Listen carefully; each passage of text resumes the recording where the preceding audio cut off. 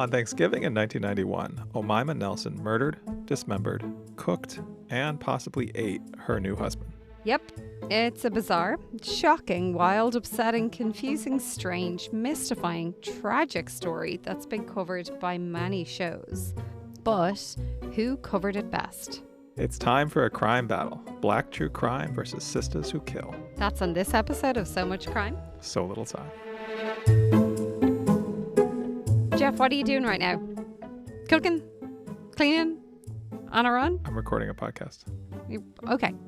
You've got 30 seconds while the person you're recording with won't shut up. You know that feeling when someone just won't shut up and you're like, I need something to do. Wait, can you hang on a second? I'm going to patreon.com/SoMuchCrime, so little time.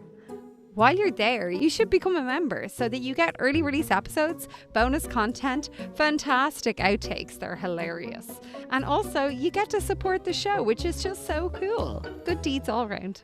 So patreon.com. Good deeds. Oh, no. Sorry. Patreon. I lost a lot of followers there. But any of the dad joke lovers, I got you. All right. Patreon.com/SoMuchCrime, so little time. Thank you kindly.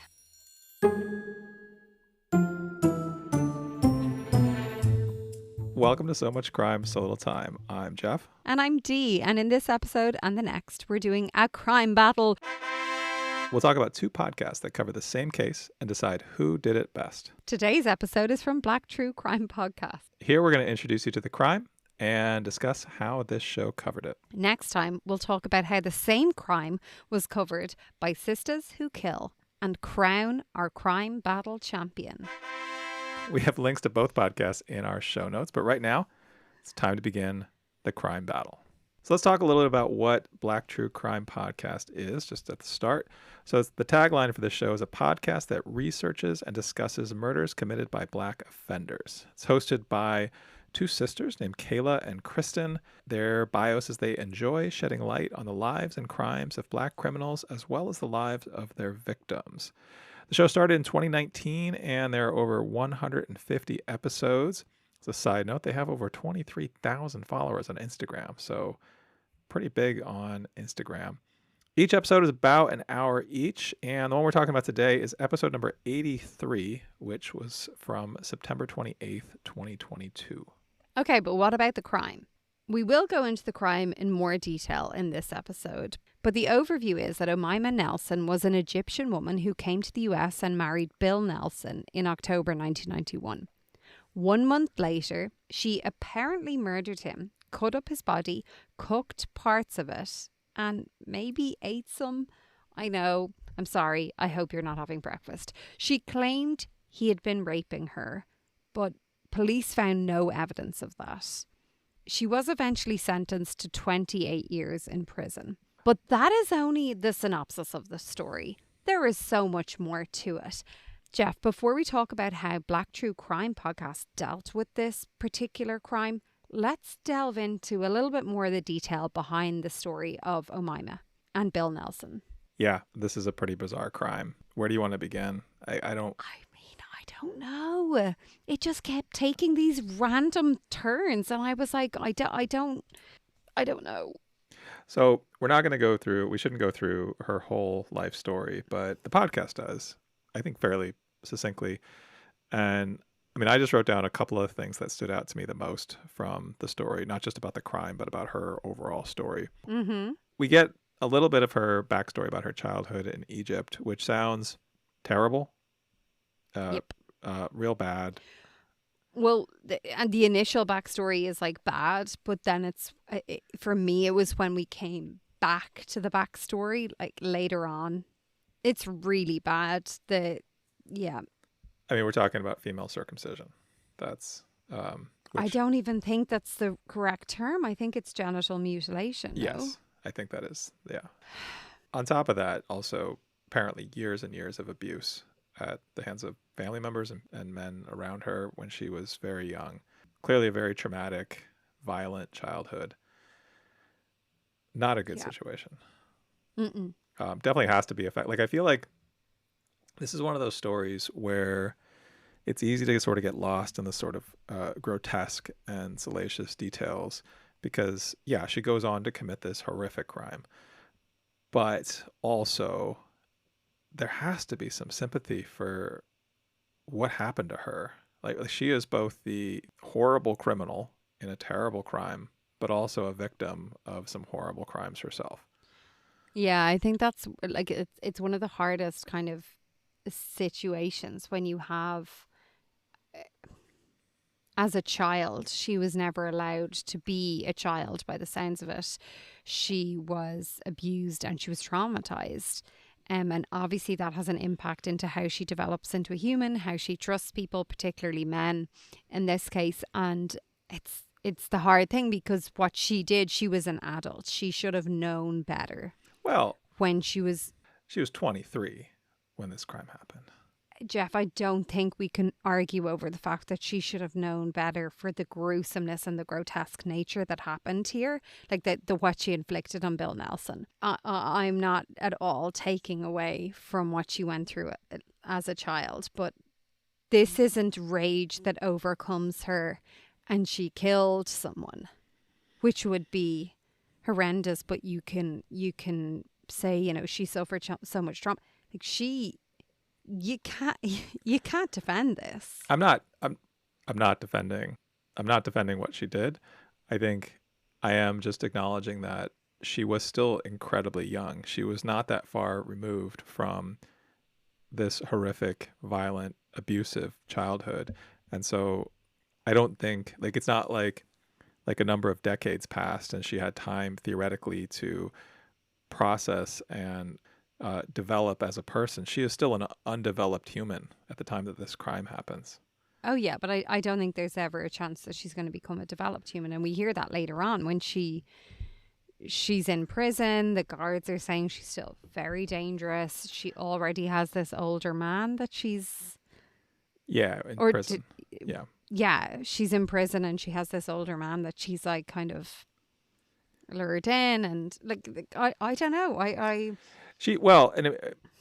I'm not saying this was her doing as a person and the way she developed at all. Like I totally understand that a lot of this and a lot of her actions and her rage and her lack of empathy, all of that is coming from a place of distress and is coming from a place of trauma. But what I'm saying is she wasn't a child at 23. No, but... And not even 23, 20 years later, and she still hasn't admitted to it? We're like shown any sort of remorse? When all the stuff came out about Michael Jackson, abusing children, and being this, some type of pedophile child molester, horrible crimes. This is inexcusable. You can't say anything redeeming about him knowing that context.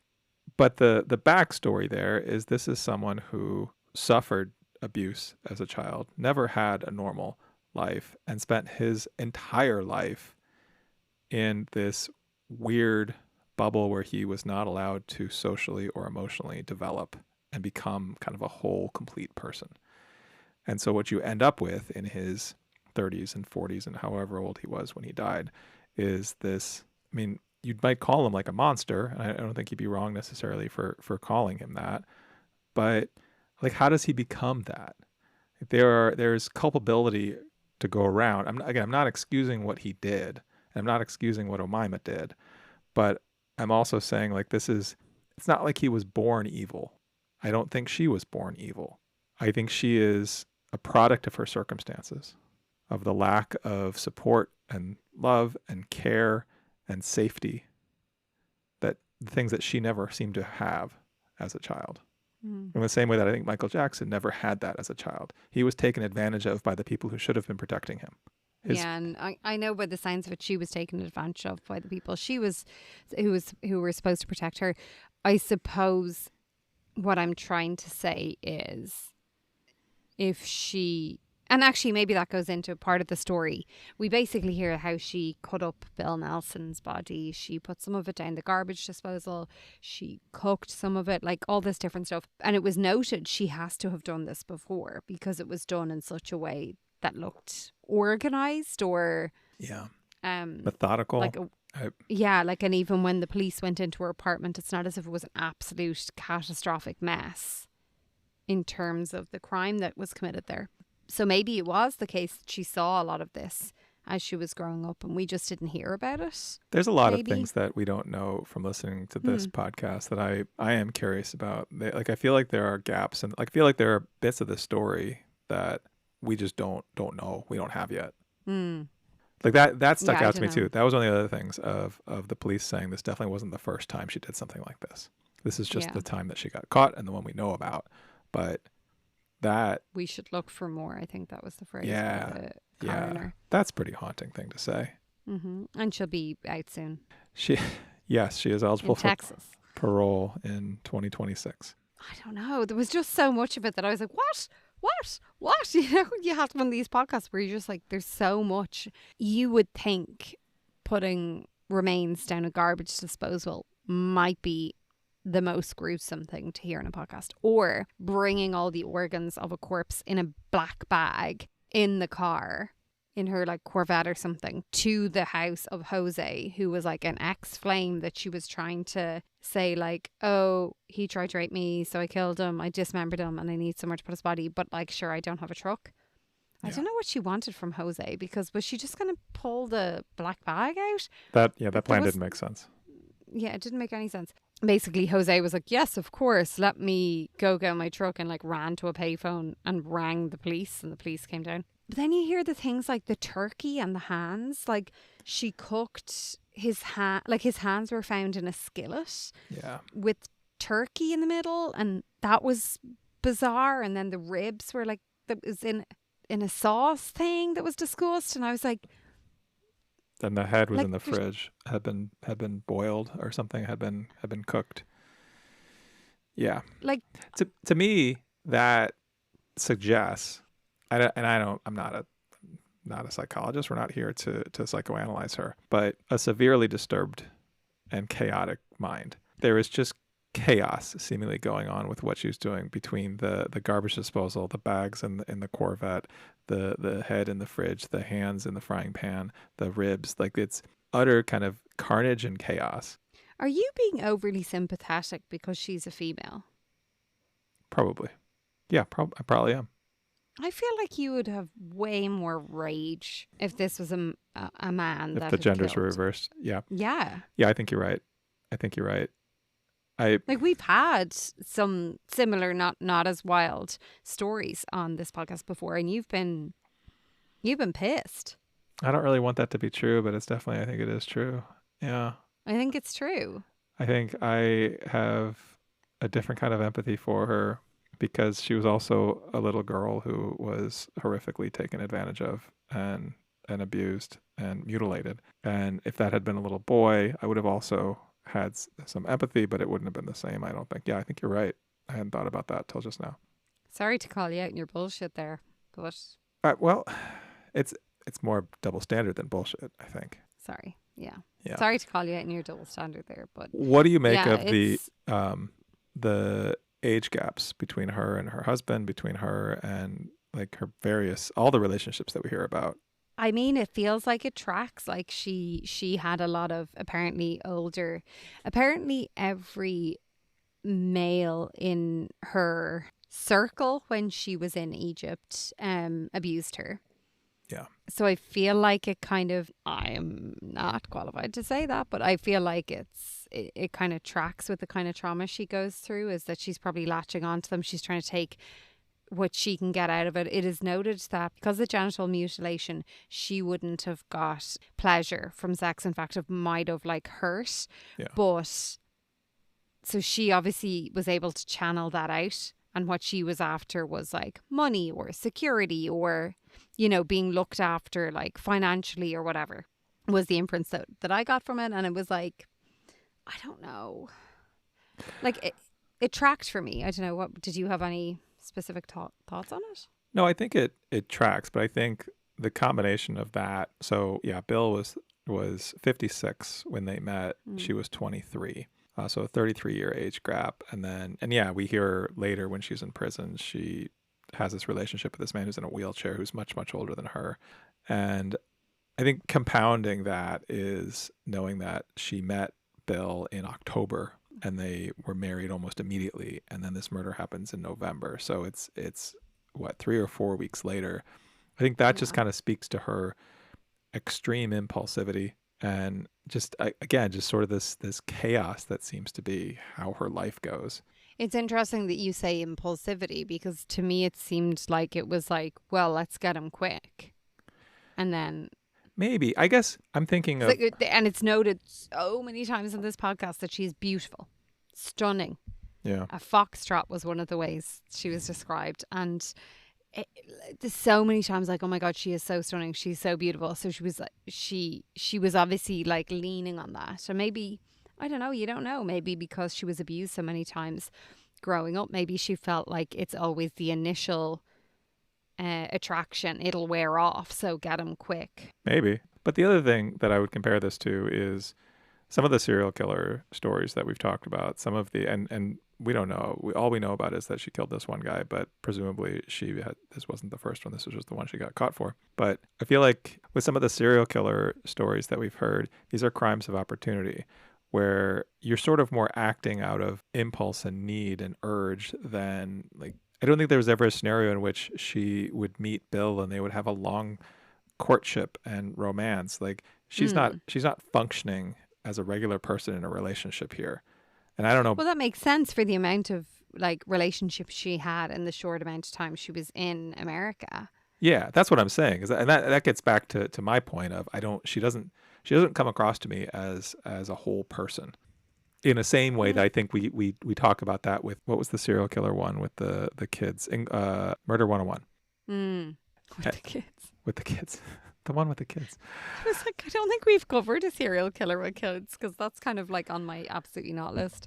But you know what I mean? In that case, we were hearing about this man who was the serial killer and like building the profile of him, of someone who had this trauma and he wasn't able to form relationships with women. He would pick up prostitutes and vulnerable women and murder them immediately. He had a wife. I mean, it was his half sister, but it was still his wife, though. It was his half sister. It's not a normal relationship. Not that there's no normal, I know, but like it's not what you would call a good foundation for a relationship, marrying your half sister. Let's put it that way. We should talk a little bit about Black True Crime, the podcast. Sorry. Before we do that, though, Bill was a convicted drug mule. Like, that came out of nowhere. They said that and I thought they were taking the piss. Like, I thought they were joking originally when they said that. Yeah. No, he for sure was. I mean, we don't really get much about him, but the one thing we do get, other than the fact that he's 56 years old, is, and you know, like a grandfather, and he's got all these kids and grandkids, but also, yeah, total drug mule. Would fly drugs in from where, South America or somewhere. And they were like, well, he got all these kids and the grandkids, and like that he needs the money. It's just like, okay. The other thing we didn't discuss was the guy that she had met, I can't remember his name, who she had apparently attempted to tie up. Yeah, there's a bondage element. We didn't get into we didn't talk about the bondage. How could we forget?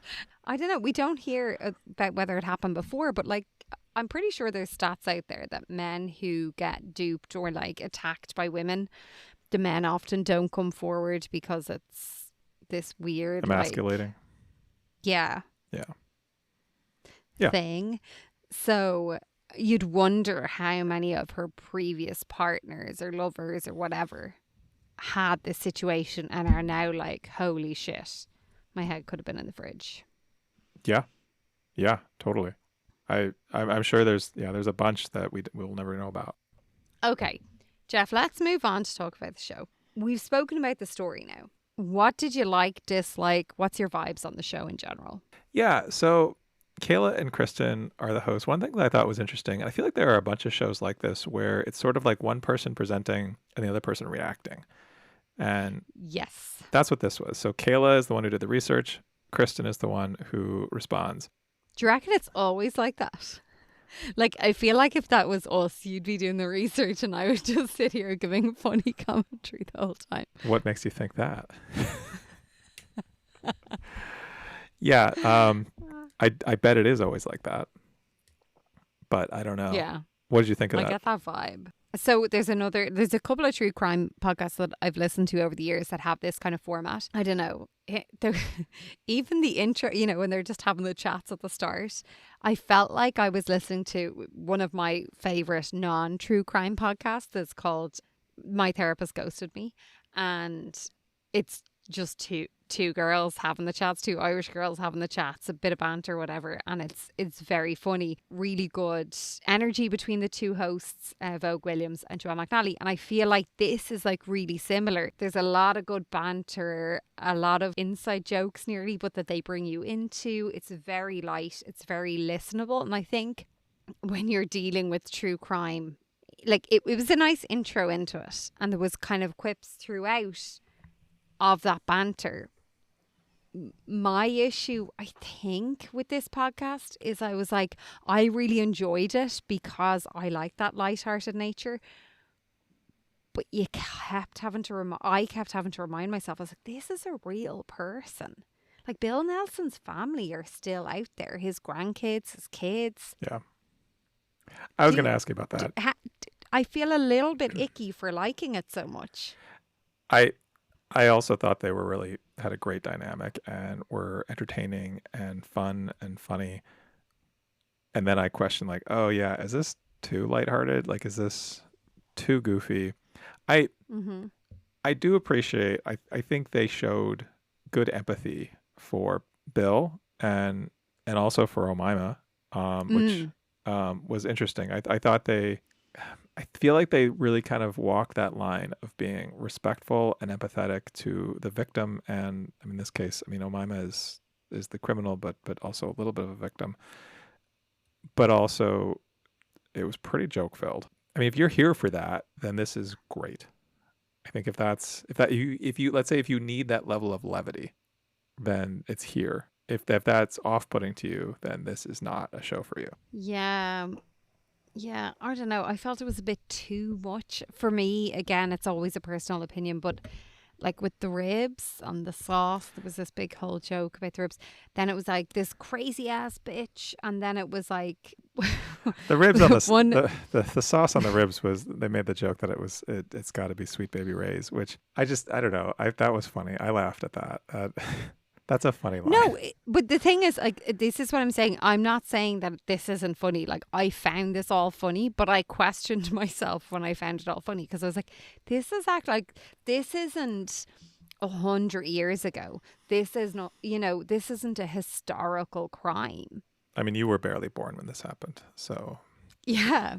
And like, I'm so young. So, but I will say there was one line that I thought was so funny, was when they were talking about how, I don't know, at the end of her talking to the police, Omaima said she wanted to speak to a psychiatrist, and they were like, basically, if you're trying to plead like that you're incompetent, like, and then you're saying this, that and the other, it's given competent as hell. And I was like, it was just such a funny line. I thought their humor was hilarious. Like, I want to listen to them more. I don't know if I want to listen to them speaking about such a recent true crime more, which is different. Like, I'm not dissing the two of them, because I think they were great. Their dynamic was fantastic. I want to hear them chat about, I want to sit down and have a drink with them.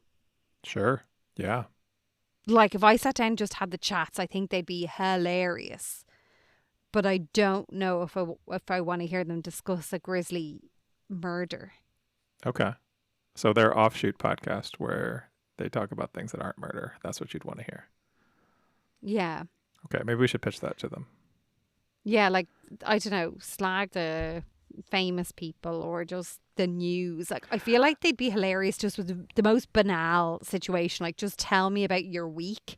And I'd imagine the two of them could put a great spin on like going grocery shopping or whatever. I will say the other thing I wrote down in my notes about them, aside from talking about the silliness of it, was I do think they did a nice job of, or I guess this was Kayla primarily, of getting through the story and telling it in a logical, easy to follow way. Like, I've listened to some shows so much story, Jeff. So much story. It's a lot of story, and they kept it moving. And even though it jumped around a little bit in time, I didn't have any trouble following it. So I thought that was very professional, very solid. And I think Yeah. that's something I'm curious to listen to when we listen to the next one, to see, like, I'm going to try to put myself in the mindset of not knowing the story, which is real hard with this story. It's hard to forget some elements of the story. Yeah, although in our previous crime battle, it ended up being, we were wondering about whether we preferred one story over another because we knew the story already. How does it compare? I'm intrigued though, because I don't think this one's going to leave my brain for a while. No, this is it's an upsetting story. It's Yes, putting on my makeup, going out for sushi on Saturday afternoon, being like, I don't know, this doesn't feel like the appropriate time to be listening to, like. Can I actually? That's a question I have for you. Turkey hands.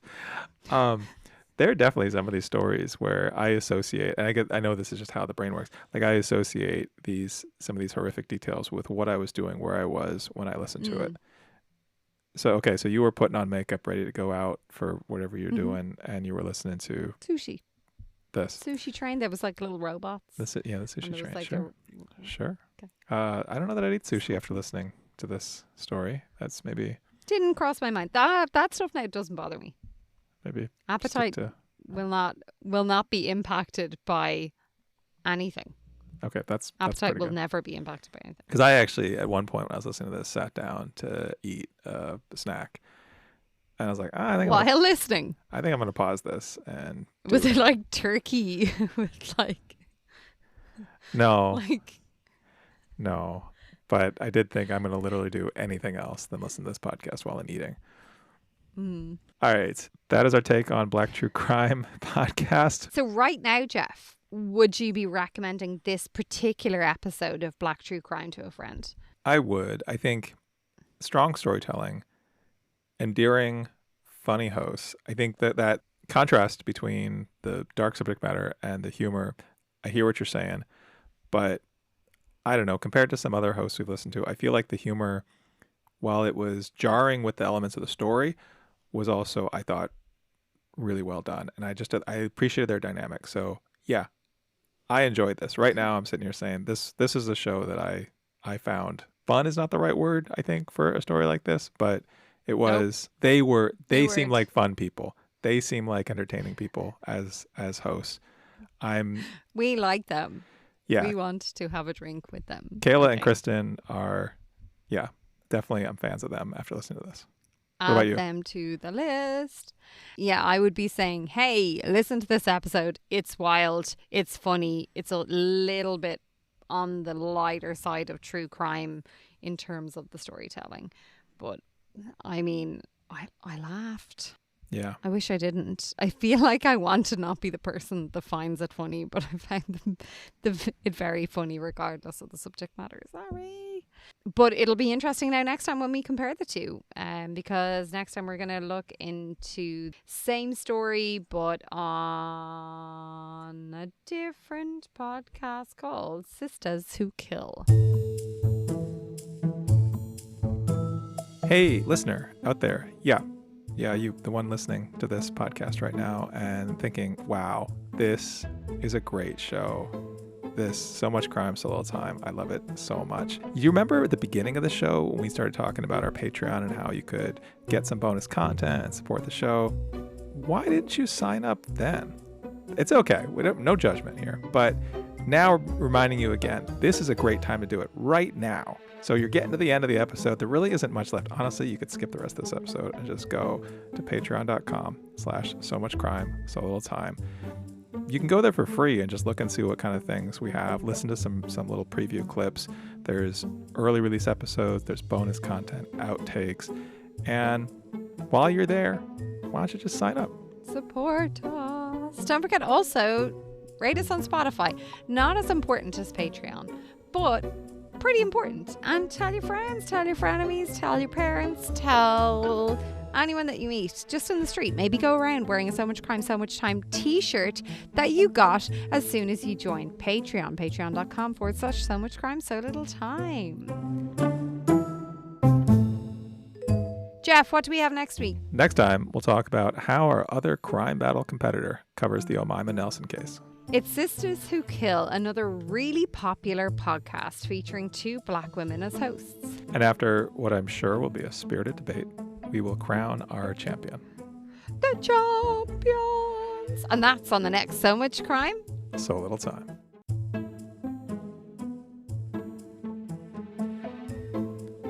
So Much Crime, So Little Time is a production of Mind Glove Media. The executive producer is Paxton Caloriso. Our associate producer is Blythe Ty.